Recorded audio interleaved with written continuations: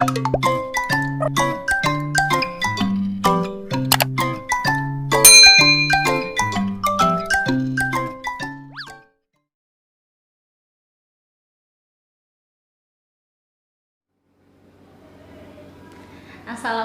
mama-mama istimewa dan mama-mama luar biasa yang ada di rumah.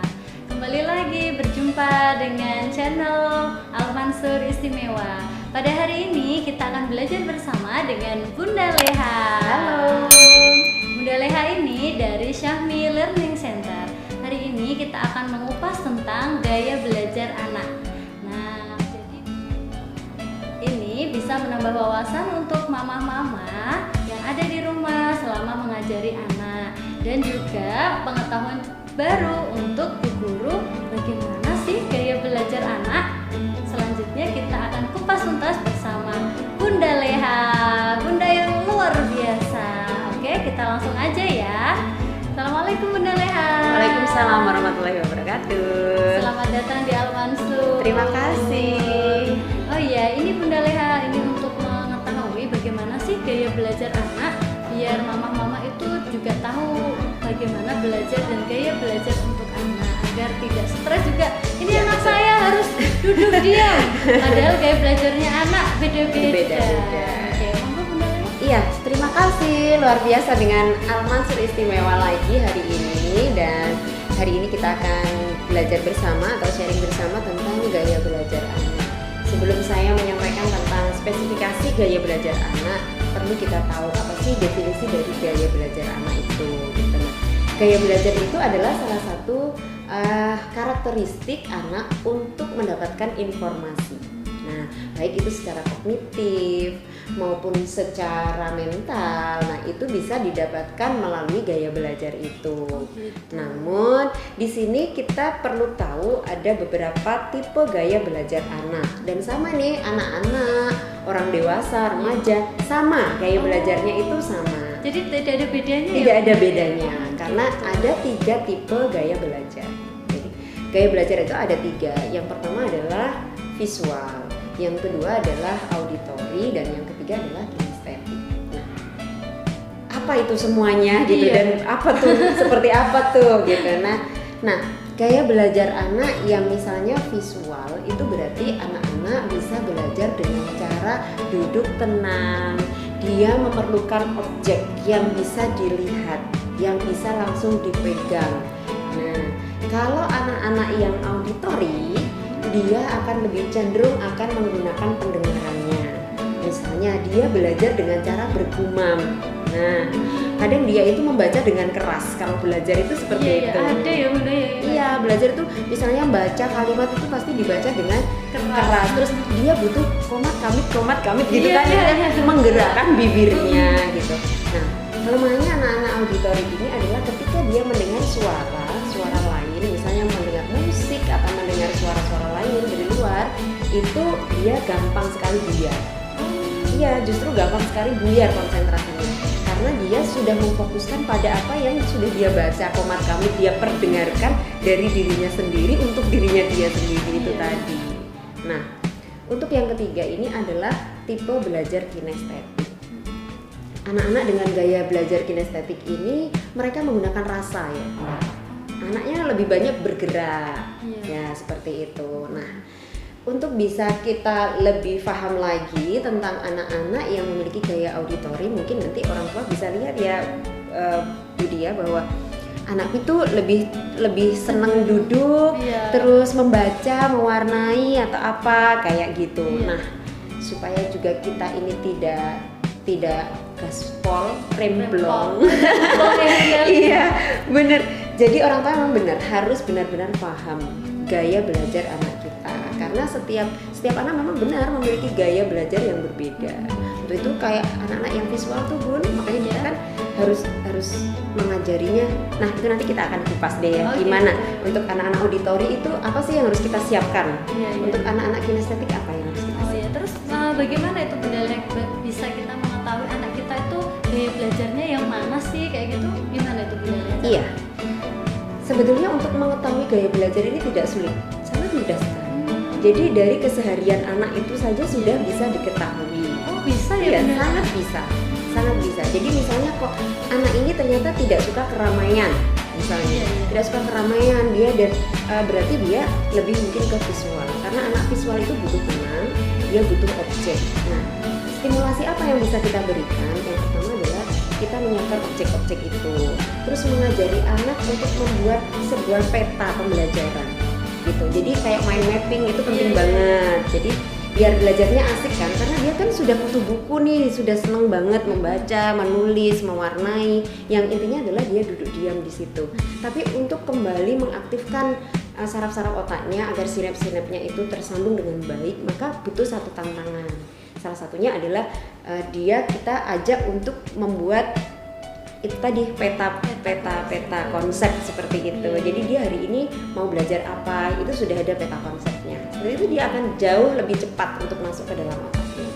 Berarti kita nggak usah khawatir ya Bunda Lea, kalau misalkan anak kita itu takut sama keramaian ataupun tidak mau, maksudnya lebih cenderung baca buku terus atau gitu ya. Untuk auditory bagaimana Bunda? Iya, intinya kalau untuk anak-anak visual itu bukan takut dengan keramaian ya, tapi dia mungkin tidak bisa belajar pada saat suasana gaduh, suasana ramai kayak gitu. Makanya kan kadang ketika kita kedatangan tamu di rumah gitu, anakku kok nggak mau belajar sih? Ayo dek, kamu sekarang waktunya belajar gitu.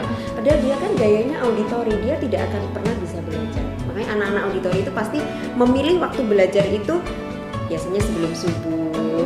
Kalau untuk anak-anak remaja ya sebelum subuh. Pokoknya waktu-waktu dimana itu hening, dia benar-benar bisa sendiri, bisa meresapi. Kalau biasanya ada anak yang belajar sambil mendengarkan musik, itu bagaimana? Iya, nah itu adalah jadi stimulasi untuk anak-anak yang tipe belajarnya adalah auditory. Nah, tapi tipikal anak auditory ini dia akan biar konsentrasinya kalau mendapatkan gangguan secara eksternal. Jadi dia itu butuh, misalnya gini, anak-anak auditori itu cirinya gini, kalau dia membaca bergumam atau minimal dia berkomat kamit gitu. Terus dia juga sukanya mendengarkan sesuatu nih, sesuatu dia nyaman kayak musik, dia mendengarkan musik pakai headset, terus dia nanti membaca. Nah itu menjadi stimulasinya dia. Tapi kalau kenapa kok dia suka menggunakan musik? Karena supaya dia tidak mendapatkan gangguan dari eksternal itu tadi, dari luar gitu. Jadi kan kadang ada ya anak-anak kita yang belajarnya itu sukanya sambil nyanyi. Iya, sambil nyanyi-nyanyi gitu. Iya. Berarti itu termasuk stimulasi untuk dia. Stimulasinya seperti itu. Karena dia tipenya auditory. Auditory, betul. Terus kalau kinestetik itu bagaimana? Nah, kalau anak-anak yang kinestetik itu dia belajar dengan rasa. Dia butuh bukti gitu kan. Harus ada pembuktian. Iya, dia itu lebih perasa ya. Anak-anak kinestetik itu lebih perasa. Jadi mereka akan belajar dengan cara yang menyenangkan menurut dia. Dia cenderung tidak mendengarkan. Dia lebih menggunakan seluruh panca inderanya untuk bergerak. Dia akan mencari pengalamannya secara langsung. Misalnya kalau dia mau belajar tentang ayam, dia ya memegang ayam. Dia akan juga meresponnya itu tidak seperti anak-anak auditory dan anak-anak visual. Iya, dia butuh bukti. Kalau anak-anak kinestetik itu seperti itu, dan dia lebih cenderung bergerak, suka sana kemari gitu. Dan anak-anak kinestetik itu juga ada kecenderungan ke auditory juga. Jarang ya anak-anak kinestetik terus visual gitu kan, jarang. Iya. Tapi anak-anak kinestetik itu biasanya langsung lebih ke auditory, karena dia juga lebih ke mendengar juga. Berarti kalau misalkan waktu di kelas atau waktu di rumah ketika guru menjelaskan dan anak itu istilahnya untuk sendiri atau sambil jalan-jalan atau sambil yang lainnya gitu diperbolehkan ya Bunda? Diperbolehkan, tinggal kita nge-mix aja. Makanya kenapa di sebuah pembelajaran di PAUD itu gurunya harus lebih dari satu, supaya apa? Yang satu bisa menghandle yang lainnya. Nah, makanya diupayakan pada saat kita memberikan pembelajaran, tiga-tiganya ini harus masuk. 3 metode pembelajaran untuk anak visual, auditory, dan kinestetik itu juga harus masuk. Maksudnya begini, ketika anak auditory itu mereka misalnya suka mewarnai gitu ya. Tapi kita juga nanti di situ kita nge-mix bahwa kita juga ada nyanyinya juga. Gitu. Nah, dan juga mungkin kita nanti juga ada sesuatu hal yang bisa menstimulasi untuk anak-anak kinestetik juga gitu. Jadi kan harus ada tiga-tiganya. Contohnya gini nih, kita akan belajar tentang objek gitu. Kalau anak visual, 1 ditambah 1 itu bisa langsung menjawab 2 gitu. Dia melihat objeknya, aku kasih tambah 1 itu dia pasti bisa menjawab gitu. Tapi kalau untuk anak-anak auditori itu mungkin kurang menyenangkan bagi dia, kurang bisa cepet direspon oleh otak, mungkin harus pakai lagu misalnya. 1 ditambah 1 mungkin kan bisa seperti itu. Nah, supaya dia bisa lebih cepat untuk nyambung kotak. Untuk anak-anak yang kinestetik, nah mungkin kita harus menggunakan objek sambil lari-larian. Kita nggak bisa kalah. Jadi coba dia ambil 1 buku, ditaruh di sini. Lagi ambil lagi 1 buku. Nah, sudah berapa bukunya? Nah, perlu seperti itu. Jadi stimulasi action gitu ya. Iya. Jadi seperti itu. Terus kalau misalkan kita sudah mengetahui gaya belajar anak-anaknya kita, apa yang harus kita lakukan selanjutnya itu? Iya. Sekarang kita sudah mengetahui gaya belajar anak kita, yang pertama yang harus kita lakukan adalah mengenali potensi anak kita, kemampuan secara IQ-nya itu seperti apa, biar kita tidak memaksakan juga. Betul, ya. Karena kita kalau hanya berdasarkan gaya belajar saja, nanti kita juga akan berkenalan dengan target belajar kan, ya kan, dengan indikator target belajar. Nah, seberapa jauh anak-anak kita itu mampu untuk mengikuti pembelajaran. Kita misalnya nih kalau di anak TK kan berupa stimulasi ya untuk perkembangannya. Nah, itu pun kan setiap anak kan juga memiliki strata yang berbeda-beda untuk mencapai itu kan. Dia misalnya sama-sama berusia 3 tahun, tapi mereka capaiannya berbeda ya. Tugas perkembangannya sama sebetulnya, tapi capaiannya kan berbeda. Nah, itu yang harus perlu orang tua itu ketahui sejak dini, bahwa kalau anakku itu mampunya di level 5 tidak perlu dipaksakan di level 9. Kalau masih dipaksakan di level 6 itu masih bisa dimaklumi. Tapi kalau levelnya masuk ke 9, saya rasa itu sudah pemaksaan gitu. Jadi seperti itu. Terus Bunda Leha, ini kan ketika kalau di TK mungkin masih ada nyanyi-nyanyi. Terus kemudian kalau di sekolah kita itu kan juga ada motorik kasar, tadi, terus kemudian ada pembiasaan. Jadi insya Allah ketiga-tiganya ini sudah ada. Tapi kemudian PR-nya itu ketika masuk ke jenjang sekolah berikutnya, kalau di SD, SMP, SMA, banyak guru itu yang menggunakan metodenya hanya ceramah aja. Nah, itu bagaimana dengan tipe-tipe gaya belajar yang lainnya, apalagi kinestetik? Ini kan pasti dia akan membuat keributan ini. Iya, benar. Itu bagaimana? Nah, ini adalah tugas kita ya sebagai seorang guru, sebagai seorang role model seperti itu. Jadi memang seharusnya standar itu sudah diterapkan oleh seluruh sekolah, dan semua guru itu wajib tahu gaya belajar anak dengan cara pemetaan. Sebelum anak itu masuk, misalnya nih masuk ke satu jenjang sekolah SD katakanlah, dari TK kemudian masuk ke jenjang SD. Nah, ini kalau misalnya di TK-nya belum ada semacam pemetaan, berarti di SD-nya itu harus ada pemetaan. Itu cara yang paling efektif menurut kami ya, bahwa ketika anak-anak sudah dilakukan pemetaan, bukan berarti yang visual campur visual nanti sekolahnya jadi hening banget gitu. Jadi nggak gitu juga gitu. Setidaknya itu guru itu sudah tahu, ada berapa anak saya yang visual, ada berapa anak saya yang auditori, ada berapa anak saya yang kinestetik. Bagaimana nge-mixkan di dalam kelas supaya kelas itu tetap kondusif kayak gitu. Itu kan harus dipikirkan. Kalau untuk kelas 1 SD, kelas 1 sampai kelas 3 ini masih urgent. Saya rasa kan anak-anak ini masih dalam kondisi tahap adaptasi dengan dunia barunya dia gitu. Nah, itu kan penting banget gitu. Nah, tapi di sini khususnya di Indonesia ini kan masih jarang ya kita melakukan pemetaan. Akhirnya gurunya juga sudah menggunakan metode ceramah semuanya, sehingga dengan adanya satu metode yang digunakan itu akhirnya hasil pembelajarannya kan maksimal gitu. Selain itu nanti kalau sudah di jenjang lebih atasnya lagi, sekolah itu harus melakukan pemetaan kecerdasan. Tidak hanya pemetaan gaya belajar saja, tapi pemetaan kecerdasan. Karena misalnya nih, saya yang punya gaya belajar visual, kemudian saya memiliki kemampuan atau memiliki potensi atau memiliki kecerdasan saya adalah di bidang, misalnya di bidang natural.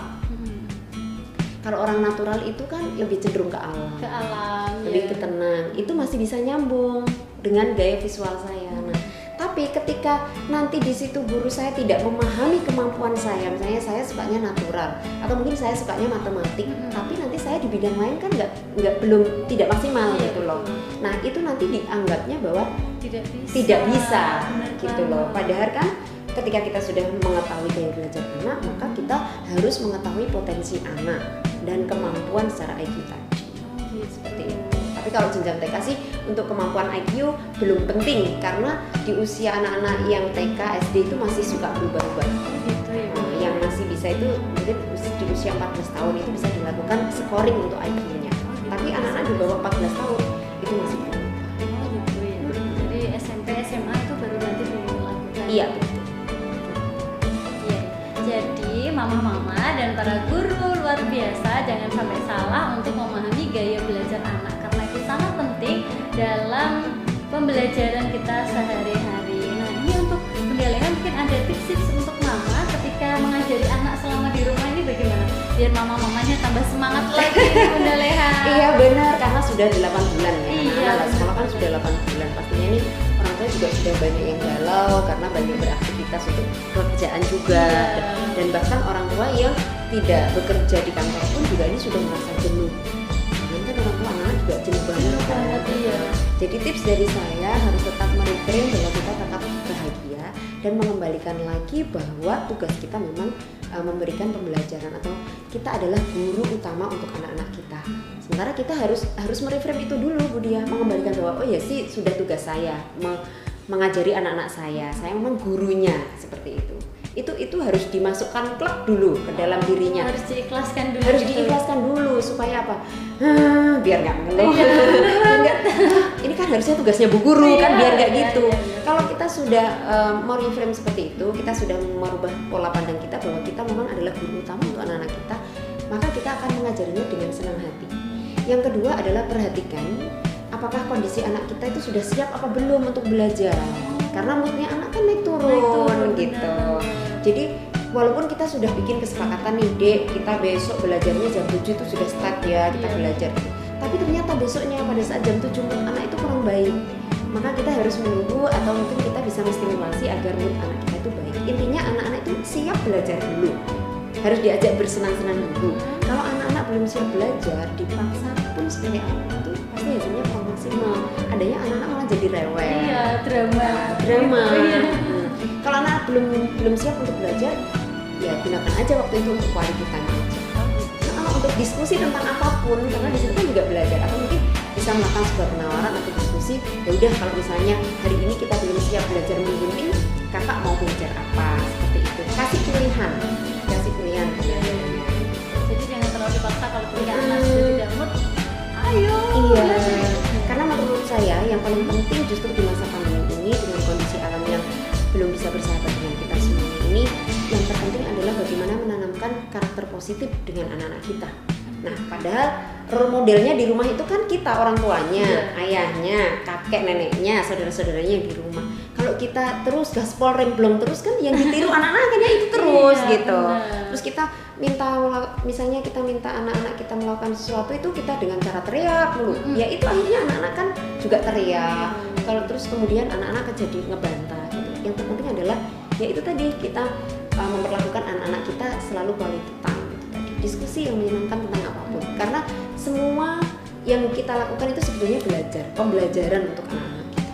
Termasuk misalnya hanya sekedar mereka mengambilkan air minum untuk adiknya, itu juga sudah sebuah pembelajaran gitu, bahwa itu adalah kepekaan, itu juga rasa simpatik untuk orang lain gitu. Jadi pembelajaran itu gak tidak semata-mata yang real, menulis, membaca, yang kayak gitu. Jadi pesan saya untuk seluruh orang tua dimanapun berada, karena di masa pandemi yang luar biasa ini kita harus bersabar, harus bahagia dan memaafkan apapun kondisinya.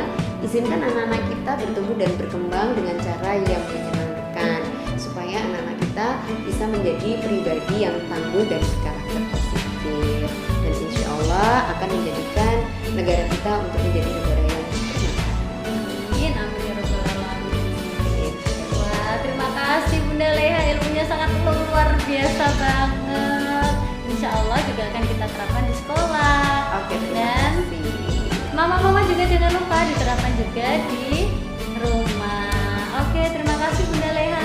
Sama-sama Bu Dia. Ya, jangan Terima kasih. sungkan-sungkan atau jangan ragu untuk berbagi ilmu dengan Al Mansur. Oke, insya Allah kami akan siap dan kita insya Allah akan selalu sharing untuk kebaikan dan semoga semua orang tua ini selalu diizinkan oleh Allah untuk menjadi orang tua yang selalu legowo dan ikhlas. Amin, amin ya rabbal alamin. Tidak hanya orang tua Bu. Iya, bu gurunya juga. iya. Karena di masa pandemi ini pasti bu guru juga sibuk luar Stres biasa. ya.